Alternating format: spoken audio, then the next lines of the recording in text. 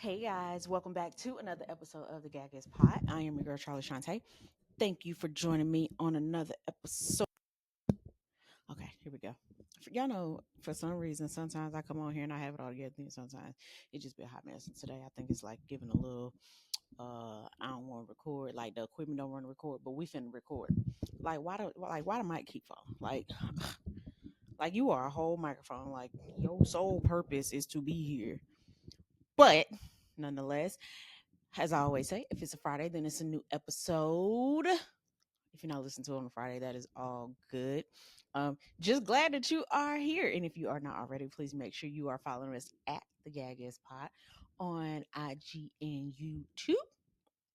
And if you want to follow my personal page, SmartFit underscore Okie on IG as well. So as I always say, grab your drink or whatever it is that you eat, drink, or do when you are listening to this, so we can go ahead and see my words finna be everywhere today. So that we can go ahead and get started. All right, so today we're gonna close out the last part of the back to school series. Um, you know, here the kids have already started school. Your kids may not have started school. I know sometimes in the West or up north, they don't start school until after Labor Day.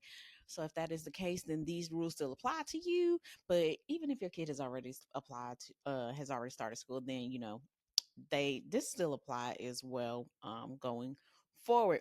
So we're gonna talk about school supplies for high school and for college.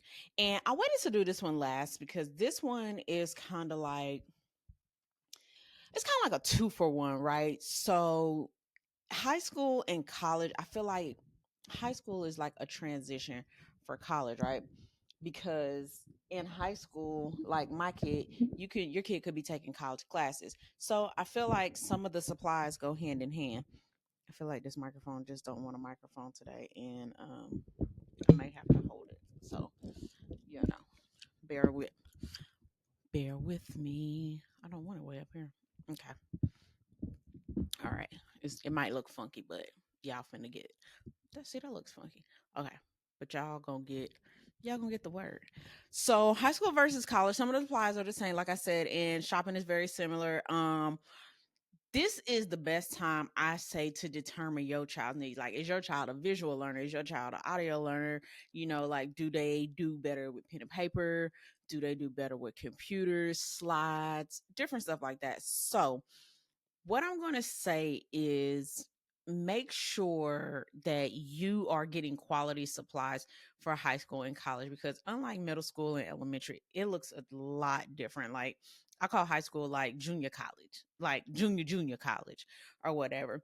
So for high school, my first bullet point is minimal supplies are needed outside of the usual paper and writing items. Unlike middle school and definitely elementary, you don't need your crowns, your rulers, your glue, and your different stuff like this. So, with that being said, I personally always make sure that I invest in a good binder, trapper keeper, or something like that. That way, it's very durable because they are going from class to class. The course load is more, so it's going to be holding a little bit more compared to your typical middle school and elementary, where they just have just the little flimsy folders and stuff, versus high school. They need the thicker 2 to 3 inch binders because there is more work and there are more things that have to be cataloged when they are in class. This would be a good time to invest in a laptop. The reason why I say this is a lot of the work is done on Canvas, which means it's done on the computer. I say invest in a laptop right now. That way you can determine what type of laptop your child likes. Every child does not like an iMac. Some kids may like a HP or something like that. So I feel like now is a good time to get your child a laptop, just to determine, so they can get the feel and see if they really like it. New face, I was like, you need a laptop, and he has a laptop. He just has like just a Microsoft. I think it's like a little HP or something that I bought from the store. He loves that. I tried to get him to use my MacBook for one day for the homework, and he was like, I cannot do this. Can it grow on him? Absolutely. But I'm not going to force him to do something like this. So, in addition to his laptop, he had a tablet as well, he had an iPad as well. I also suggest getting one of these, just like an iPad mini or just a regular iPad or something, as when it's study time, instead of lugging their laptop around, they can take this tablet around, they can do the same thing. And instead of typing on there, they can write. Little bit easier to carry around. They don't need a big backpack. They can just have like a carrying sleeve or something like that. So make sure you do your due diligence. Like, don't go get like a $99 laptop that they have on sale. It's going to cost you a couple $100 to determine if your child likes a certain laptop or not. I would say a MacBook would be the last option because it is more pricier than the others. But I would say $400 to $600 would be a good starting point for you to get a laptop for your child. A printer. Oh my goodness, a printer. Because let's think, how many times have our kids come to us and go, "Hey, mom, I need this printed out." Most of us probably do it at work, but that's neither here nor there. But a printer. Printers are very inexpensive. This allows, like New Face. New Face has his stuff on his computer, but he also likes to write stuff down. So he'll be like, "Hey, mom, can I print this out so that I can, like write on it, take my notes, different stuff like that." A lot of teachers also say you can bring in one piece of paper to assist you with the test. Only the notes that are on there are only the notes that you can use. So he'll take that and then he'll write his notes on there and then he'll utilize it like that. I also got a printer that serves as a dual purpose. So not only is it a printer, but it's a scanner as well. This is because a lot of their work, from what I noticed from New Face, is once they complete the work, they have to send it in via Canvas. Yes, I do know that you can use your phone. Your child can use their phone to take a picture of it and scan it, but sometimes that's not always applicable. So a printer that serves as a scanner will also get the trick done. And I also make sure that I get a not a color printer, yes, a color printer. I meant to say not a color computer, but yes, I do get a color printer. That way, if they need to print a presentation or something like that in color, they have it there. You can do your due diligence to see if you need an inkjet, or if you're going to do like little cartridges or whatever you want to do. I would just say make sure that it is a 2-in-1, something that is very practical, something that's very doable, something that's not very big, something that does not take up a lot of space. Here we actually have two printers. I don't know how we ended up with that, but they're very centrally located in our home. It's in my office. So if New Face needs to print something, he can just come in there and print it. I also have a printer that is Bluetooth wireless capable. That way, if he has something on his phone, he can print it off his phone as well. If not, he can print wirelessly from his laptop, or he can bring his laptop in, plug it into the cord, and do it like that.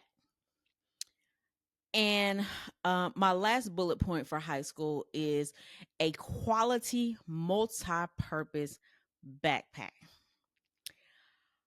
OMG.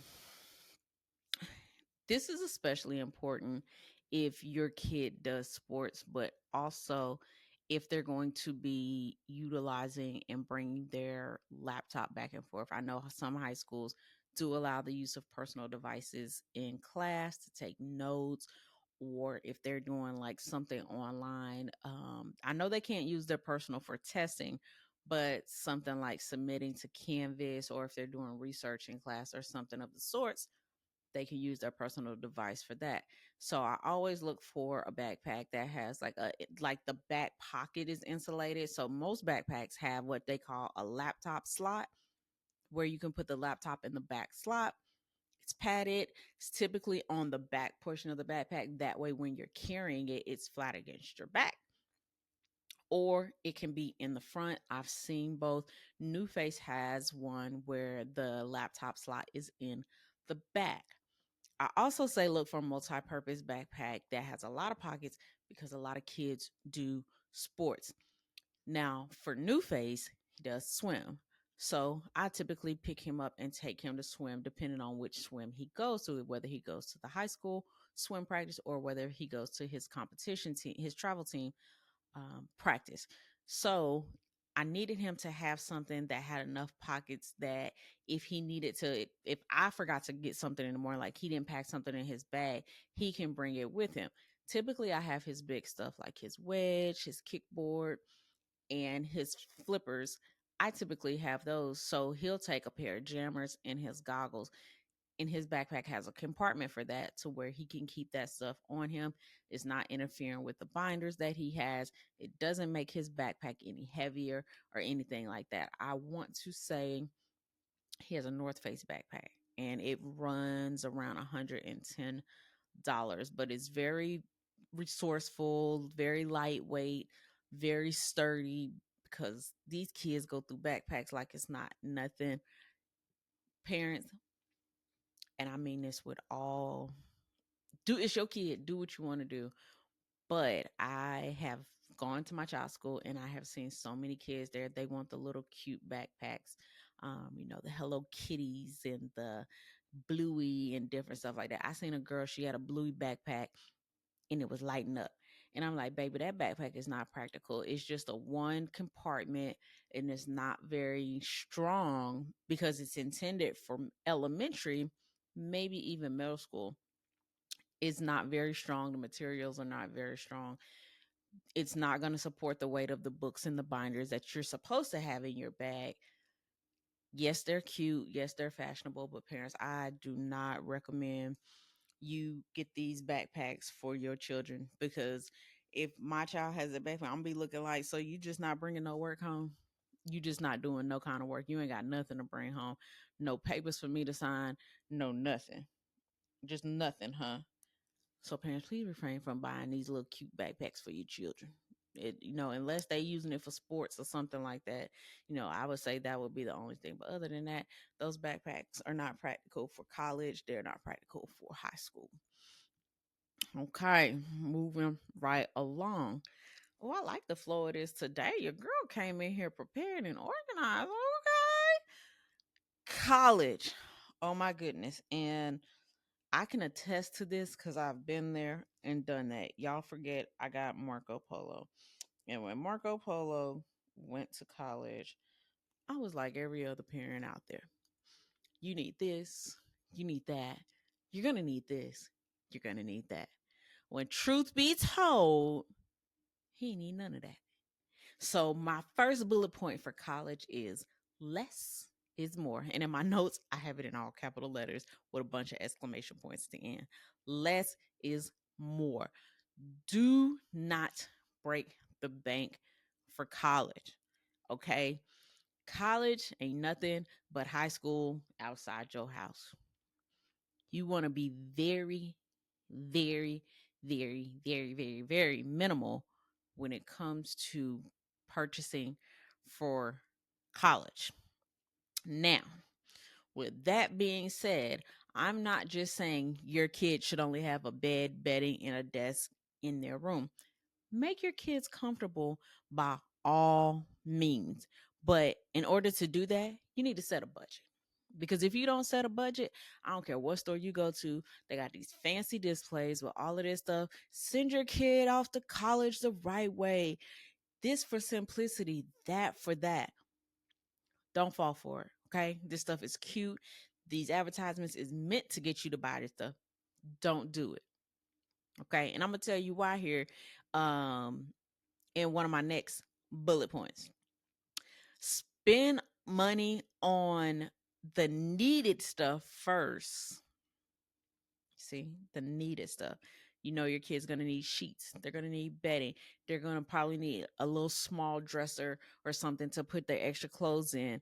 They're probably going to need a little small desktop lamp, pillows, pillowcases, different stuff like that. Yes, get that stuff. Clothes hangers, a little area rug or something to put next to their bed so when they put their feet down in the morning.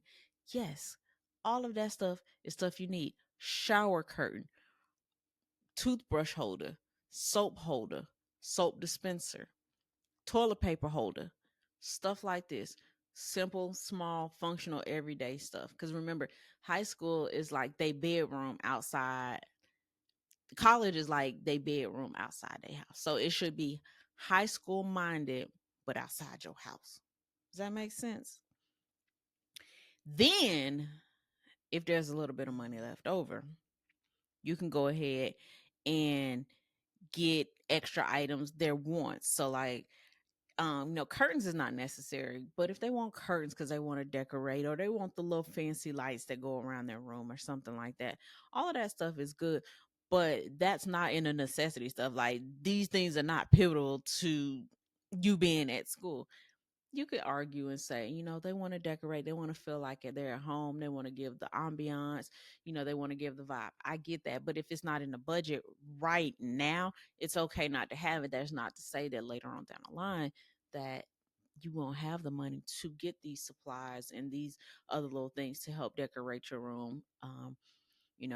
I encourage, if you have friends and family, I encourage the use of gift cards or set up like a little cash app or something so that they can get money, set up an Amazon wish list to see if people can help buy or, purchase the little stuff to send them off to college. There's many different ways that your student can get everything that they need for their dorm room or their apartment when they go off to college. And I said all of that to say this. Please remember that at the end of each school year, your child has to move out of their dorm room. This is not like, unless they have an apartment that you are personally paying for that is not a part of student housing, they got to move out every May, every April, May, June, even. They got to move out. So I say that to say this. Remember when I told you don't be buying all that stuff because less is more? Because think about it. During those 2.5 months while they're home for the summer, you got to have somewhere to put this stuff. So what we did with Marco Polo is for the 2 summers that he was there, we had to get a storage unit. We had to pack up all this stuff and he had to get a storage unit. And that was a cost that he wasn't thinking about because we were like, oh, okay, we'll just leave his stuff there over the summer. He gonna come home, whatever, whatever. Nope. You got to pack up all of that stuff and put it somewhere. And, you're not going to continue to lug it home, especially if your child goes to school out of state. You're not going to get a U-Haul, bring all that stuff back only 2 months later to have to pack it all back up and U-Haul it away. Gonna have to get a storage unit. So that's why I say less is more, because it's easier to pack up the necessities and stuff like that. Some items you can give away or what have you, but it's easier to pick up the stuff, the few items, and put them in the storage compared to getting a whole bunch of stuff. And then you're going to have to get a bigger storage because you have bigger stuff, or having to worry about lugging it back home. Marco Polo, he, like I said, we got his storage. He left clothes there, and then he had clothes here at the house. So that way, when he came home, he didn't have to do much. And then when he would come back here and then go back to school, then he would just take a little bit more clothes with him, or he would swap it out because we live in Florida. He went to school in New York. So he would bring, like his summer clothes back, and then he would take more winter clothes, and then vice versa. And my last bullet point for college, ensure your child has cleaning supplies. The first dorm that Marco Polo went into, I hope they didn't give these people their deposit back. And also lets me know that they didn't check the room, nor did they, they just ain't checked the room, because I'm gonna spare y'all the details, but it was dirty. But me being me, I went and bought a gallon of Fabuloso, some Lysol, some Clorox wipes, all of that stuff. And by the time